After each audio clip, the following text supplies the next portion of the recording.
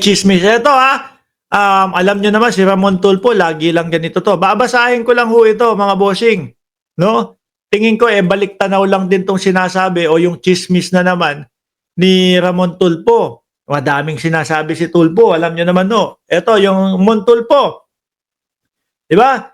Nung pumunta si Inday Sara Duterte doon mismo sa Congress at nagiiyak si Zulaika at si Inday Sara Duterte, kala mo magjowa. Ang nag-type si Tulfo, no? Si Ramon Tulfo. Magjowa daw. Matagal nang magjowa si Zulaika at si ganito, ganyan. Si Garma naman, tsaka si dating Pangulong Duterte. Kausap niya daw ang dating Pangulo. Sabi, "Bay, syuta mo ba yan?" Kasi tumayo daw si Garma lumayo, nag-CR. "Bay, syuta mo ba yan?" Kumbaga, parang may pag-amin. Sabi daw niya, "Pangit man, bay." Pangit man, bay. Sagot naman daw sa kanya ni dating Pangulong Duterte. Kinukwento ko lang yung mga linalabas ni Ramon Tulfo. Sagot naman daw sa kanya ni dating Pangulong Duterte, Ginger Cat, masarap daw pag ginuhubaran yung naka-uniforme. Ngayon, eto may bago na naman si Tulfo, si Ramon Tulfo. Mabigat ho ito at madiin ho ito, mga kababayan, kung may katotohanan, no? At nasabi niya dito, na galing sa PCSO, yung perang pang-reward para doon sa tokhang nila. Babasahin ko para sa inyo. Ramon Tulfo. Ito si retired Philippine Marine Major General Alexander Balutan. May picture ho yan sa ilalim, kaya lang di ho nasama no? Na pinalitan ng retired police colonel na si Royima Garma. Kilala nyo si Garma, mga bossing, di ba? No, na nagtangkang tumakas, pero wala, ibinalik sa Pilipinas. Na pinalitan ng retired police colonel na si Royina Garma. Nang sabi nga ni Mon Tulfo din, chicks daw ni dating Pangulong Duterte kasi masarap daw hubadan dahil nga naka-uniforme. Na pinalitan sa Philippine Charity Sweepstakes Office bilang General Manager. Sinabi ni Balutan na pinagre-resign siya ng 3 opisyal ng Malacanang nang dahil ayaw niyang sumunod sa illegal na utos na ito. Ito po nangyari, mga kababayan, panahon ho ni dating Pangulong Duterte. No? Panahon ho ito nung dating Pangulong Duterte. So yung sa sinasabi niyang 3 opisyal ng Malacanang, sino-sino kaya yung mga yan? Posible kaya nakasama si dating Pangulong Duterte dyan, mga kababayan? At pagkakarinig ko doon sa mga nangyari doon sa Senado, ang backer nga yata ni Garma, napakalakas ho. Comment nyo dyan kung sino. Comment nyo kung sino. Si Harry Roque ay isang abogada kuno, pero bobo. Sabi ni Roberto Lotangang. Bumalik siya ng Pilipinas para maging abogado siyang tunay. Sinabi kay Balutan na sa PCSO manggagaling ang reward money sa mga pulis na magsasalvage ng mga drug suspect at addicts. Malupit. Ano ho? Galing doon sa mga tumaya. Naku, sangkot yata yung mga tumaya dito. Lagot kayo. Yung mga mahilig mag-loto. No?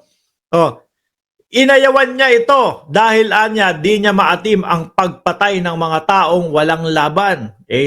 Dating Pangulong Duterte, umamin naman dyan, di ba? Binubuyo nila. Binubuyo nila, mga kababayan. Yung mga, kumbaga, suspect pa lang para manlaban. Diba? Tapos, si Bongo, meron din hong sinabi, 2019 na kanyang interview, ano sabi niya? May reward money. Tuloy pa din po yung reward money, pagmamalaki ni Bongo, na pagka buhay yan, kalahating milyon. Pagka patay yan, 1,000,000. Pagka nanlaban, 2,000,000. Ano gagawin nyo? Ano sa tingin nyo gagawin ng mga kapulisan? Dadalhin lang natin sa prosinto to. Kalahating milyon lang makukuha natin. Pahawakin mo na lang ng baril yan. Tapos asar-asarin mo, buyuhin mo, manlaban. 2 milyones ang makukuha natin. Tubo tayo ng 1.5. Doon, pumapasok ang kasamaan ng reward system.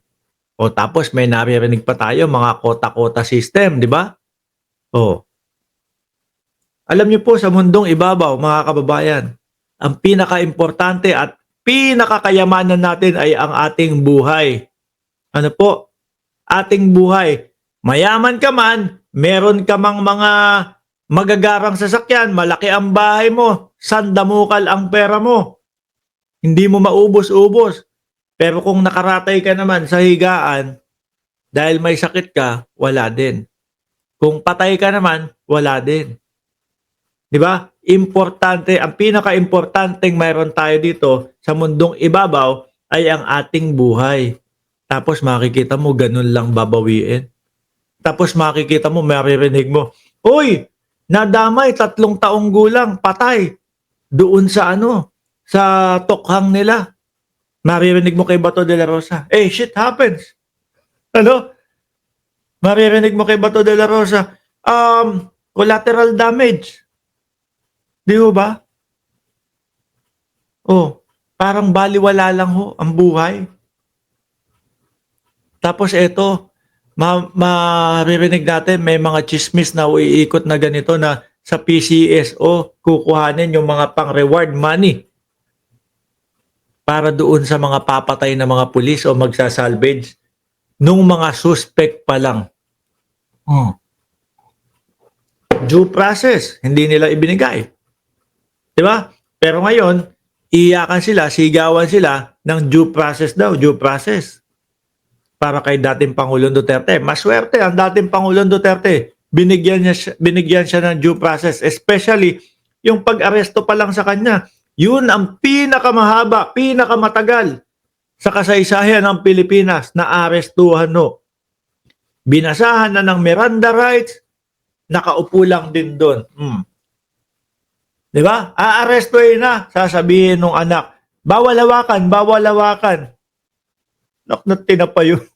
Aarestuhin, bawal hawakan. Tapos pag hindi naman hinawakan ng dating Pangulong Duterte, nadapa doon, papunta sa eroplano. Hindi kasi inaalalayan ng mga kapulisan Pinapabayaan lang Magulo ho ang utak ng mga DDS, Mahirap ispelengin. Tuloy natin to. Sa Marines kasi, pumapatay lang sila ng mga armadong kaaway sa harap-harapan ng laban, no? Sinabi kay Balutan na ang papalit sa kanya ay isang masyadong close sa Pangulong Digong. Baka nga yung si Garma. At ang kanyang backer ay dating Pangulong Duterte. Hayip si dito.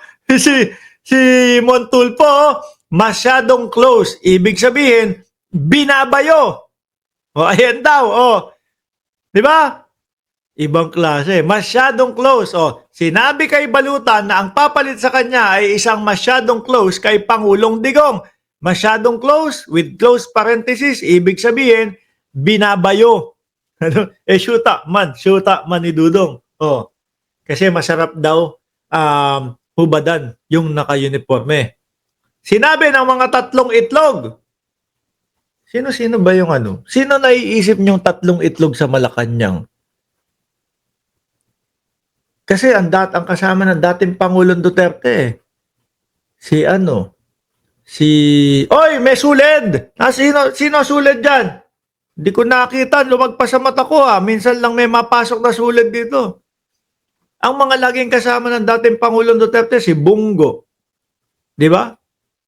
At kung sino pa, magbigay nga kayo ng ibang mga, si Roque.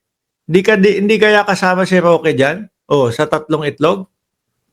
Sinabi ng mga 3 itlog sa Malacanang na ayaw ni Digong ang mga lumalabag sa utos niya. Grabe. In fairness to President Duterte, he was surprised that I resigned because he said later he didn't make the order.